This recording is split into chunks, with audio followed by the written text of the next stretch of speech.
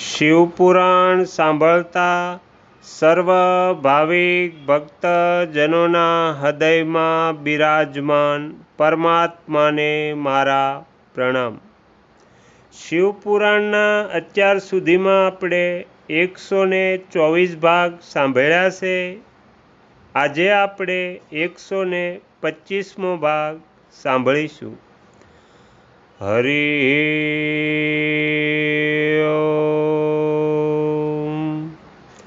બ્રહ્માજી કહે છે, હે નારદ, તદંતર ગિરિશ્રેષ્ઠ હિમવાને પ્રસન્નતા અને ઉત્સાહ સાથે વેદ મંત્રો દ્વારા દુર્ગા અને શિવને ઉપસ્થાન કરાવ્યું। તત્પશ્ચાત ગિરિરાજની પ્રાર્થનાથી શ્રી વિષ્ણુ વગેરે દેવતા તથા મુનિ કુતૂહલપૂર્વક એમના ઘરની અંદર ગયા। ત્યાં એમણે વૈદિક અને લૌકિક આચારનું યથાર્થ રીતે પાલન કરીને ભગવાન શિવના આપેલા આભૂષણોથી દેવી શિવાને અલંકૃત કર્યા। સખીઓ અને બ્રાહ્મણ પત્નીઓએ પહેલાં પાર્વતીને સ્નાન કરાવ્યું, પછી સર્વ પ્રકારે વસ્ત્ર આભૂષણ દ્વારા વિભૂષિત કરીને એમની આરતી ઉતારી। ત્રણેય લોકોની જનની મહાશૈલપુત્રી સુંદરી શિવા દિવ્ય વસ્ત્ર આભૂષણોથી સુસજ્જિત થઈને મનમાં ને મનમાં ભગવાન શિવનું ધ્યાન કરતાં કરતાં ત્યાં જ બેસી ગયા। એ વખતે એમનું સૌંદર્ય ખૂબ શોભી રહ્યું હતું। એ અવસરે બંને પક્ષોમાં મહાન આનંદદાયક ઉત્સવ થવા લાગ્યો। બ્રાહ્મણોને શાસ્ત્રોક્ત રીતે વિવિધ પ્રકારના દાન દેવાયા। અન્ય લોકોને પણ ત્યાં સારી પેઠે ઘણું બધું દ્રવ્ય વહેંચવામાં આવ્યું। વિશેષ ઉત્સવની સાથે ગીત અને વાગ વગેરે દ્વારા લોકોનું મનોરંજન કરવામાં આવ્યું। ત્યાર પછી હું બ્રહ્મા, ભગવાન વિષ્ણુ, ઇન્દ્ર આદિ દેવતા તથા મુનિઓએ બધા જ બહુ જ પ્રસન્નતાની સાથે સાનંદ ઉત્સવ મનાવતા ભક્તિભાવથી શિવાને પ્રણામ કરીને શિવાના ચરણાવિંદોનું ચિંતન કરતાં કરતાં હિમાચલની આજ્ઞા લઈને પોતપોતાના સ્થાને ગયા। એ પછી ગર્ગે કન્યાદાનનો સમય થયેલો જાણીને હિમાચલને શ્રી શંકર તથા જાનૈયાઓને બોલાવીને કહ્યું। પછી તો અનેક પ્રકારના વાઘો વાગવા લાગ્યા। હિમાચલના મંત્રીઓએ જઈને વર અને જાનૈયાઓને શીઘ્ર પધારવા માટે પ્રાર્થના કરી। કન્યાદાન માટે ઉચિત સમય થયો છે, તેથી આપ લોકો શીઘ્ર જ મંડપમાં પધારો। ત્યાર પછી ભગવાન શિવને સુંદર વસ્ત્ર આભૂષણથી સુસજ્જ કરીને વૃષભની પીઠ પર બેસાડ્યા અને જયકારો બોલાવીને સૌ લોકો ચાલ્યા। ભગવાન શંકરને આગળ કરીને વાજા વગાડતા અને કૌતુક કરતાં કરતાં બધા જાનૈયાઓ હિમાલયને ઘેર પહોંચ્યા। હિમાલયે મોકલેલા બ્રાહ્મણ તથા શ્રેષ્ઠ પર્વત કુતૂહલતાપૂર્વક શંભુની આગળ આગળ ચાલતા હતા। ભગવાનના મસ્તક ઉપર બહુ જ મોટું છત્ર તાણેલું હતું। બધી જ બાજુઓથી એમને ચામર ઢોળવામાં આવ્યા હતા। એ મહેશ્વર એ ચદ્દરવા નીચે દઈને ચાલતા હતા। હું, વિષ્ણુ, ઇન્દ્ર અને લોકપાલ આગળ રહીને ઉત્તમ શોભાથી શુભોત્વિત થઈ રહ્યા હતા। એ મહાન ઉત્સવ વખતે શંખ, ભેરી, પટ આડક અને ગૌમુખ વગેરે વાજા વારંવાર વાગી રહ્યા હતા.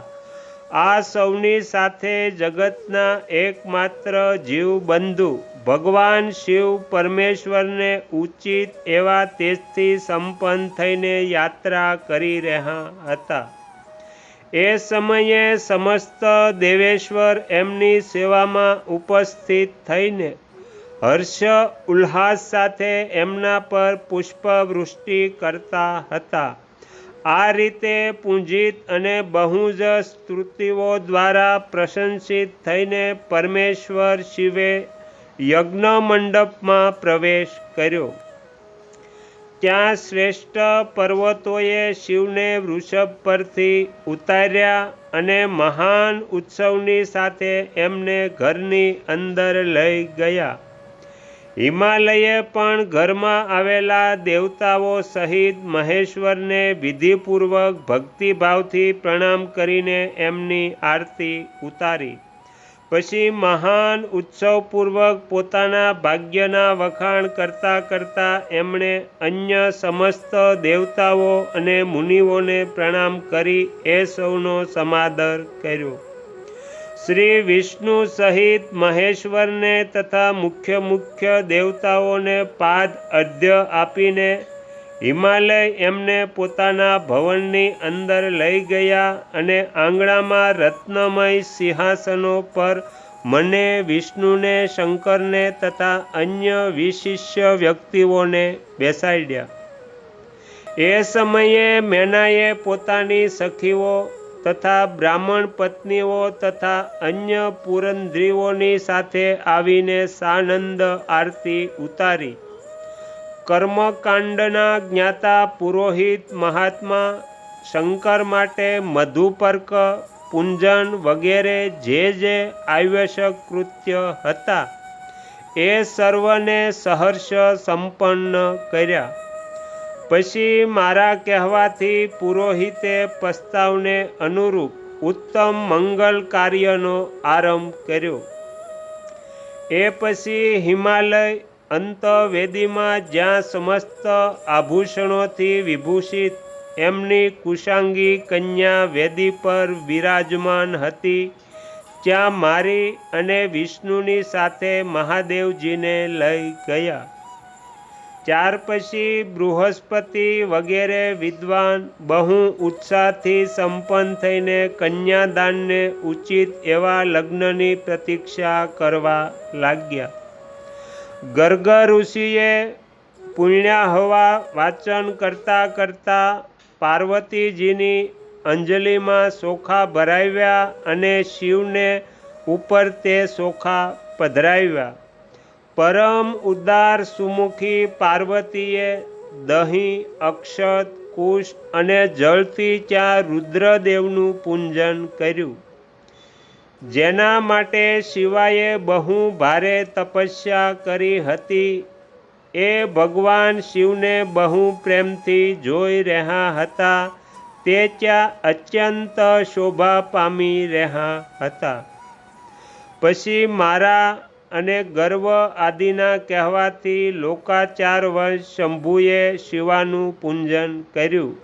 આ પ્રકારે પરસ્પર પૂજન કરતાં કરતાં એ બંને જગન્મય પાર્વતી પરમેશ્વર ત્યાં શુભોભિત થઈ રહ્યા હતા. ત્રિભુવનની શોભાથી સંપન્ન થઈ પરસ્પર જોતા એ બંને દંપતીની લક્ષ્મી વગેરે દેવીઓએ વિશેષ રૂપે આરતી ઉતારી.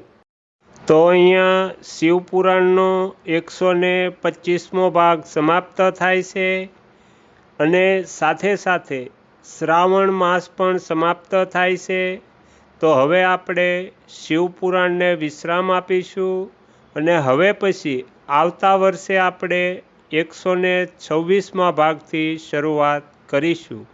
હવે આગળ આપણે બ્રહ્મપુરાણના 14 ભાગ સાંભળ્યા હતા. તો હવે પછીના વિડીયોમાં આપણે બ્રહ્મપુરાણનો 15મો ભાગ સાંભળીશું. તમે તમારો કિંમતી સમય આપી એકાગ્ર ચિત્તે પ્રસન્નતાપૂર્વક શિવપુરાણ સાંભળ્યું એ બદલ હું આપ સૌનો ખૂબ ખૂબ આભાર વ્યક્ત કરું છું અને આશા પણ રાખું છું કે તમને સાંભળવું ગમ્યું હશે. જો ગમ્યું હોય તો બીજા 5 લોકોને પણ સંભળાવજો. શ્રી સદગુરુ દેવની જય. આગળના વિડીયો જોવા માટે આ ચેનલને સબસ્ક્રાઈબ કરો અને જો આ વિડીયો પસંદ આવ્યો હોય તો લાઈક કરો.